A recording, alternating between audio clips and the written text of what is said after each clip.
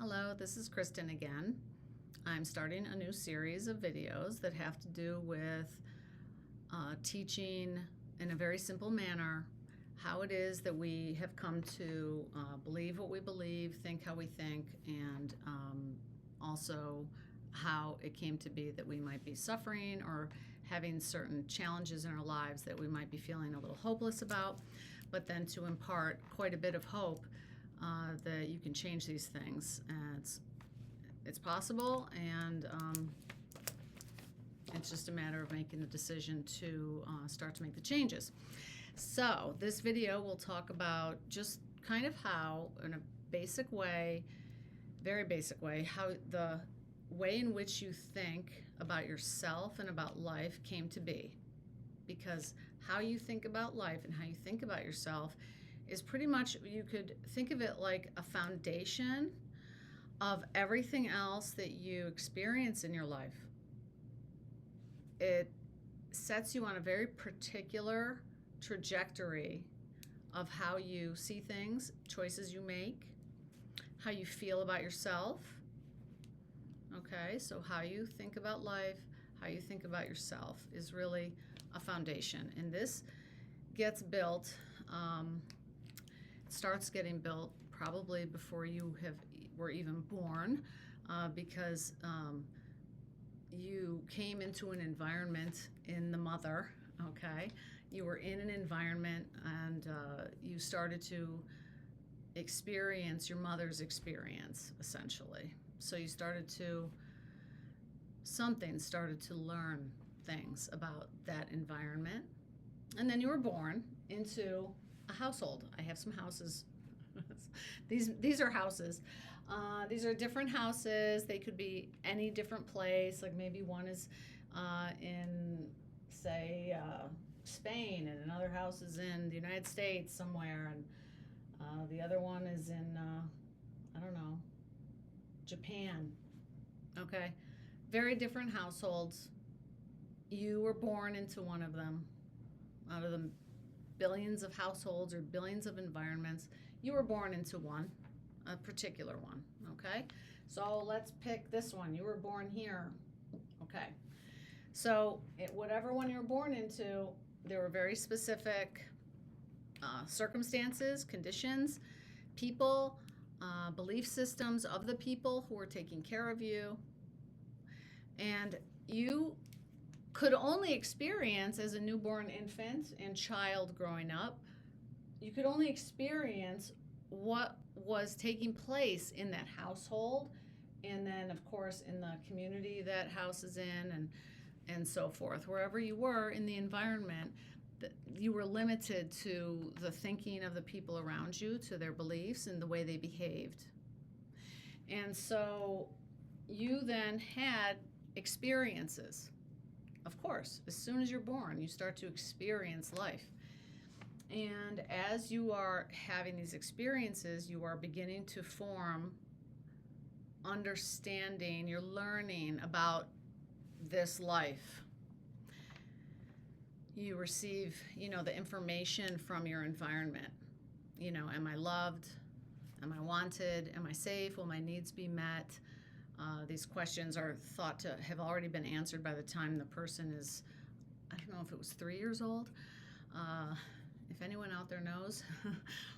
Anyway, it's pretty soon. It's pre-verbally, apparently, that those questions are sort of answered in the nervous system of that person, because there's a certain,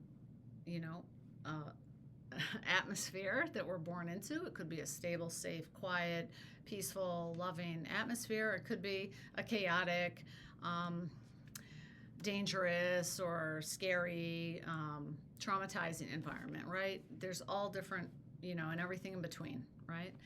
So the child, the baby is say this is a timeline of, their time in life, say 0 years old to 7 years old. This is understood to be the most hypnotic state that a person is in. They're really taking in all the information from the environment almost as just as pure fact. it's like they're open, their mind is open because their brainwave state is relatively slow. I think it's said to be in alpha or theta. Maybe someone knows the exact, but in any event, from 0 to 7, we're pretty much being programmed, we're being taught, we're learning about the environment that we're in, the life we're in. And we really do take it in as fact without any ability to screen, decide otherwise, filter anything out, analyze it. We can't analyze it if we're 1 year old, right? We can't analyze it when we haven't even started to understand all language yet, right? So you've got that going on, okay? So think about it. What if you were in this house that you were born into? What if there was the constant idea presented that your job really was to make sure that, say, a parent was pleased with you? That, like, if you didn't make sure they were pleased with you, they would be displeased with you, and then that would be maybe very unsafe for you, whether emotionally or physically. Okay, so what if you were born into a house where, say, if dad got really upset with your behavior, you would get, verbally abused. He might call you stupid, he might yell, he might be scary. Some people's parents might, physically hurt them, right? And you would begin to learn that it was very critical that you make sure that you're aware of dad's moods, and you would be kind of on a regular basis monitoring that so that then you could adjust what your choices were, because in your mind, you must please dad to survive, because if you don't please dad, he could get mad and then you'd be at risk. See? So it's just kind of really simplifying it, but this is how it works. This is how it works all across, the life, then we're, say, 8 years old till, teenager and young adult, we're still having millions and millions and millions of experiences in this realm, in this life here. And we're learning all the time now, but once we've got this solid belief system in place here about life and about ourselves, like I'm not, I have to be perfect. For instance, this is a common one. I have to be perfect. I'm not allowed to make mistakes. If I make mistakes, I'm worthless. A lot of people actually feel that way, and they don't even know they believe that way, but they do, because they learned something at a very young age, or even later. There might have been experiences in childhood, teenage years, that taught them that they concluded based on experiences that they weren't worth anything unless they could do X, Y, or Z.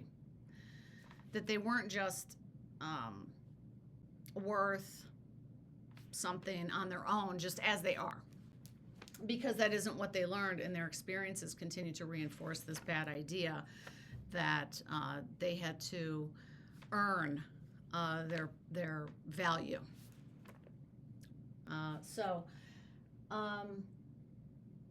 Now, in a different house, like say over here, if you had been born here, let's say there wasn't a father like that. It was a very different kind of father.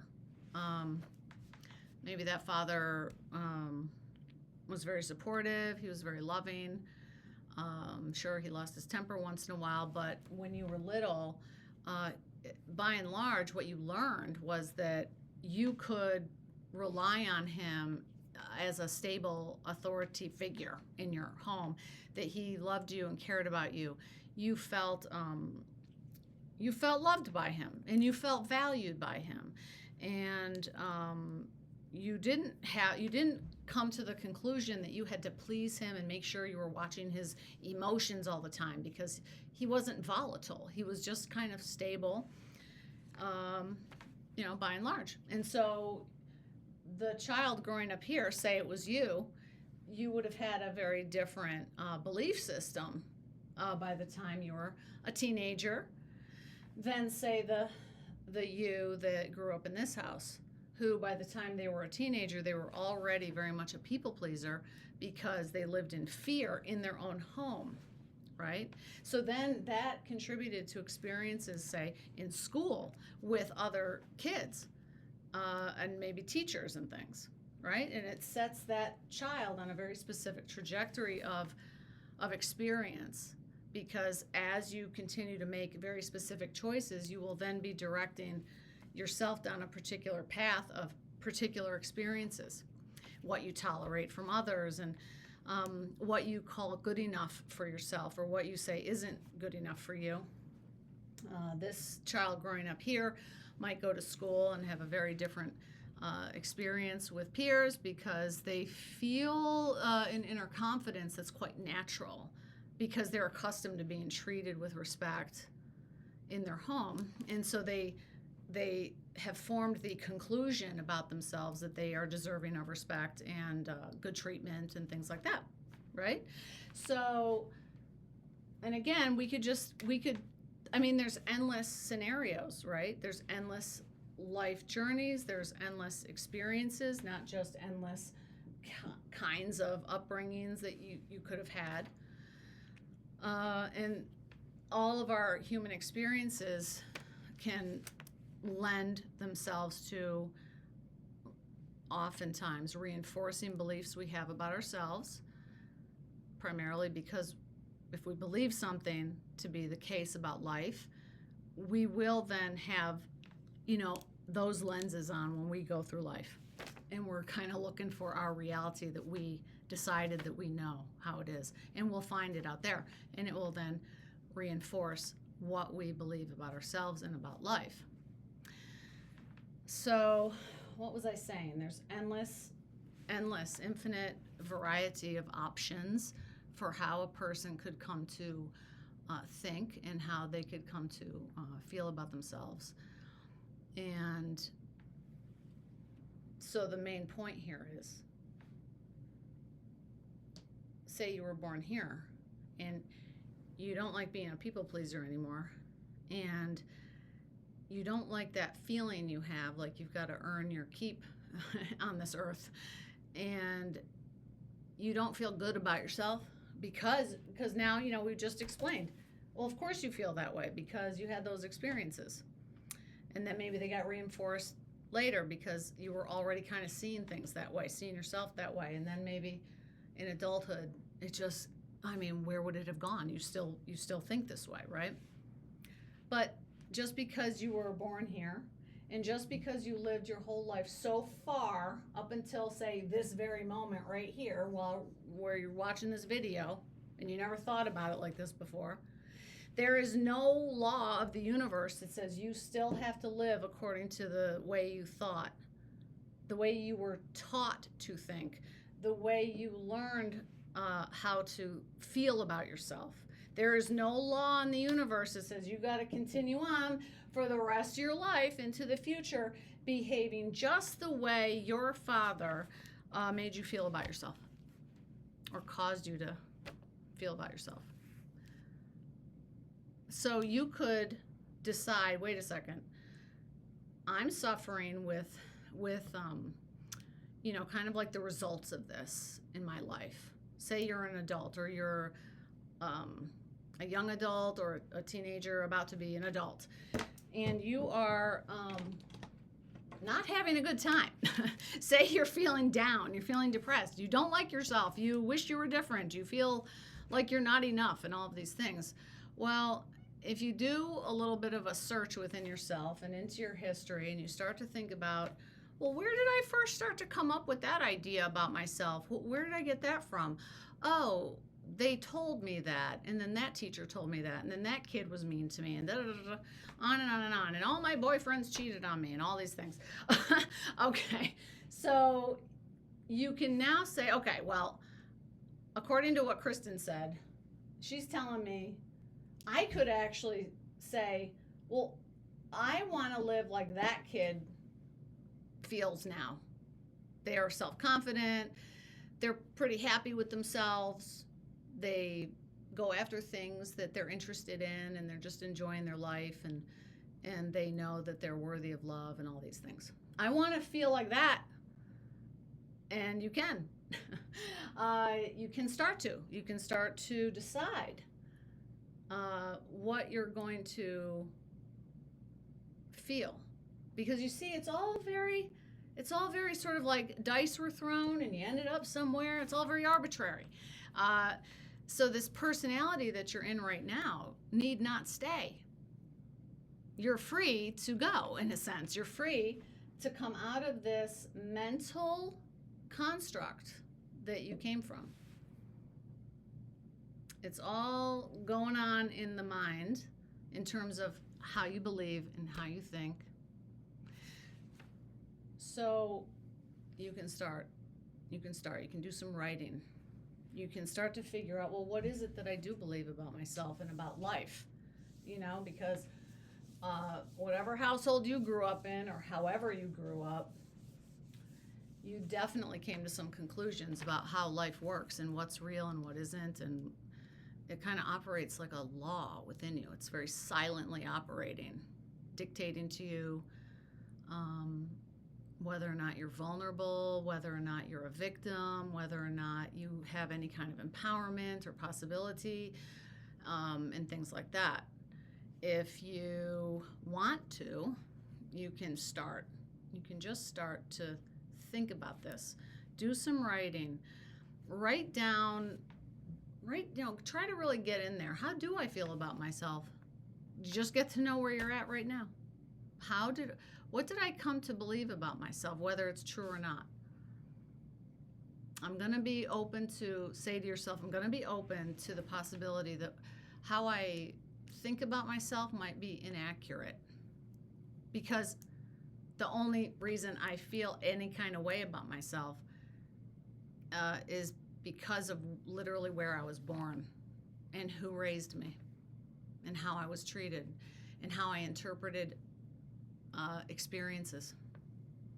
That's what determined what I believe. Well, what if you had had 10,000 other experiences? You'd have other belief systems, wouldn't you?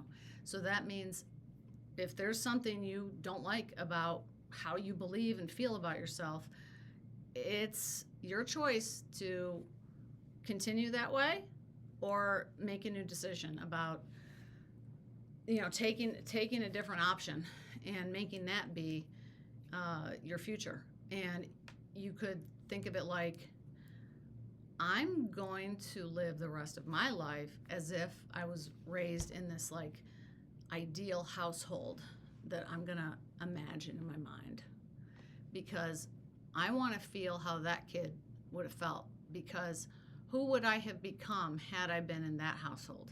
And there's no stopping you from becoming that person now, should you want to. If you want to have certain experiences now, you could start working your way over there towards that type of thing by changing how you feel about yourself, because that is the foundation of everything else. Every way of thinking, everything you agree with, basically.